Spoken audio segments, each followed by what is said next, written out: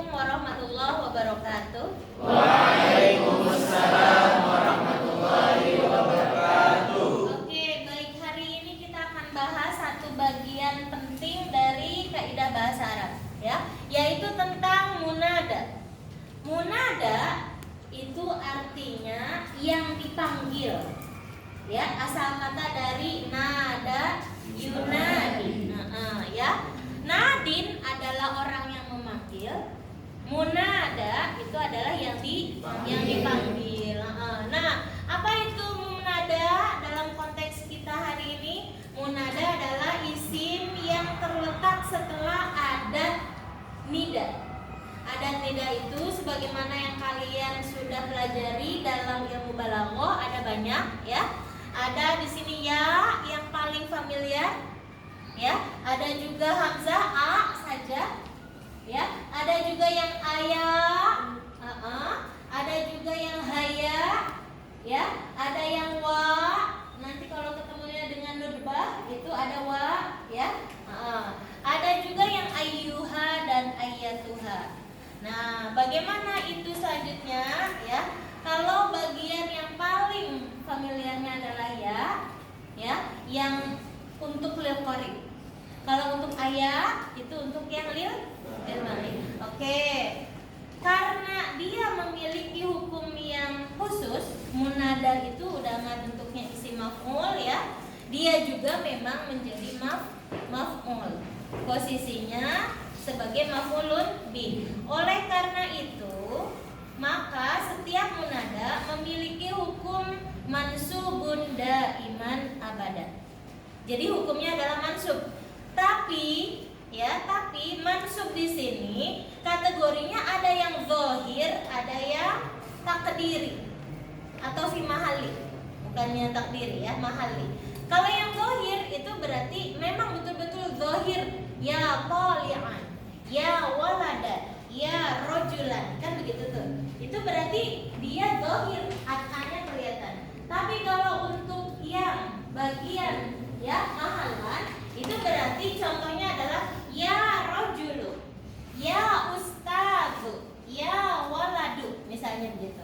Tapi ingat, itu tidak pakai ditanwin, ya. Dia pakainya adalah di doma saja. Dalam posisi dia ya waladu di doma, ya, atau ya aliyu di doma tanpa tanwin, tapi hukum i'rabnya tetap mansub, ya, tapi fi mahalli nasbin munada, sebutannya begitu. Oke, kita lanjut dulu. Ada apa di hukum-hukum munada? Hukum munada dibagi menjadi dua bagian, ya. Hukum munada, ada dua bagian. Apa? Yang pertama adalah yunsabul munada idza kana mudhafan au syabihan bil mudhaf au nakira ghair maqsudatin. Nah, perhatikan ada 3 kunci di sini bagi yang mansub, ya. Apa? Pertama, jika ada munadanya itu mudhaf. Jadi kalau bentuknya dia mudhaf dan mudhaf ilaih, depannya ada ya. Misalnya Rasulullah, ya. Rasulullah itu terdiri dari mudhaf sama mudhaf ilaih. Oleh karena itu kalau ditambahkan dengan ya adat nida, maka jadilah ya Rasulullahi. Jelas ya, itu poin pertama. Dia itu mudhafan, munadanya mudhaf. Boleh enggak ya Rasulullah? Tidak boleh, karena terdiri dari mudhaf dan mudhaf ilaih. Yang poin kedua itu syabihan bil mudhaf, ya. Jadi yang ini adalah idhofah. Yang nomor 2 itu adalah, ya, syabihan bil mudhaf, ya. Syabihan bil mudhaf apa sih? Syabihan bil mudhaf itu adalah yang menyerupai mudhaf. Kalau kita belajar tentang isim sifat yang kemarin, kan udah ada tuh, ya. Apabila ada isim sifat alias isim fa'il, isim maf'ul, sighah mubalaghah, sifat musyabahah yang begitu, ya, termasuk isim takdir, maka itu disebutnya syabihan bil mudhaf. Kita ambil contoh misalnya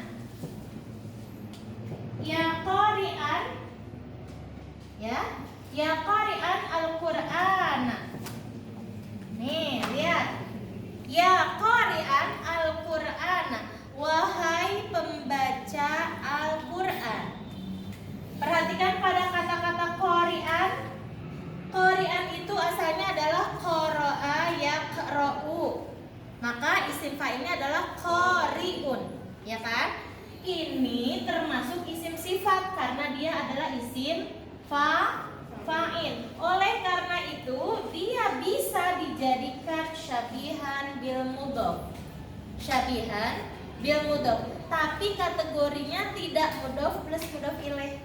Kategorinya adalah dia isim fa'il yang beramal sebagaimana fiilnya, seperti materi kita yang sebelumnya, ya. Maka Qur'an adalah mansub karena dia munada. Al-Qur'ana maf'ulun bi mansub bil fathah.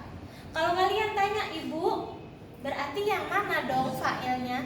Fa'ilnya ya domir yang ada pada qori di sini. Begitu. Karena ini adalah munada. Munada itu adalah kita manggil seseorang yang ada di depan. Berarti mukhatab. Domirnya anta mustatir. Jangan gua mustatir lagi. Karena ngapain manggil-manggil yang gak ada di tempat seperti itu. Ini disebutnya poin kedua, yaitu syabihan bil mudhof. Nomor 3-nya ini yang mansub ya nak. Ini yang mansub hukumnya. Nah, nomor 3-nya apabila dia itu bentuknya adalah apa? Nakiroh ghair maksudah. Ya, nakiroh ghair, ada ghair maksudah. Kenapa di sini? Salah, kita dulu. Ya, di sini. Nakiroh ghair maksudah. Nah, perhatikan. Kalau ada kategori nakiroh ghair maksudah, maka sebelahnya ada nakiroh maksudah. Kita akan jelaskan ya, nakiroh maksudah dengan ghair maksudah itu apa sih? Nah, perhatikan. Nakiroh ghair maksudah adalah apabila jenis katanya berupa nakiroh dan memang maknanya juga belum spesifik atau masih umum. Contohnya di mana? Ya rojulan. Nih, kita manggil ya rojulan. Itu artinya saya tidak menspesifikkan manggil siapapun kecuali yang merasa dirinya laki-laki. Berhubung di kelas ini laki-lakinya banyak, maka saya tidak spesifik manggil ke siapa-siapa. Yang penting intinya siapa yang merasa dirinya laki-laki seharusnya terpanggil. Tapi apakah saya spesifik ke A, B? Tidak. Ya, itu yang disebut nakiroh ghair maksudah. Jadi tidak hanya berpusat pada apabila orangnya nggak ada di tempat. Bukan. Ya, keterangan yang tadi agak sedikit kurang matching itu begitu. Jadi bukan karena orangnya tidak ada atau ghaib, bukan. Tapi karena memang tidak spesifik manggil ke siapa. Kalian kan jadi tolib. Saya bilang ya toliban ta'allam jayyidan. Itu berarti saya bilang wahai mahasiswa. Mahasiswanya cuma satu loh, toliban saja. Tapi bagi siapa yang merasa dirinya sebagai mahasiswa harusnya terpanggil. Ya, tapi tidak nunjuk ke siapa-siapa, tidak.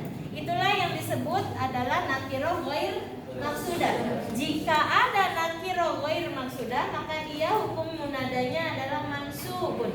Zahir, kelihatan jelas tuh. Ya, semuanya zahir.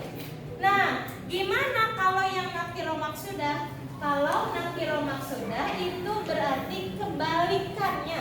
Karena ini adanya di hukum marfu'.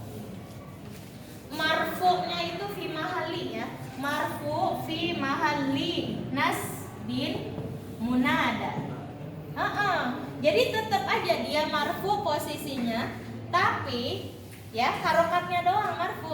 Mahalnya posisinya itu tetap nasbin karena dia munada. Contoh konkret karena sudah membahas tentang nakiroh ghair maksudah, kita kasih yang nakiroh maksudah. Contohnya adalah ya rojulu.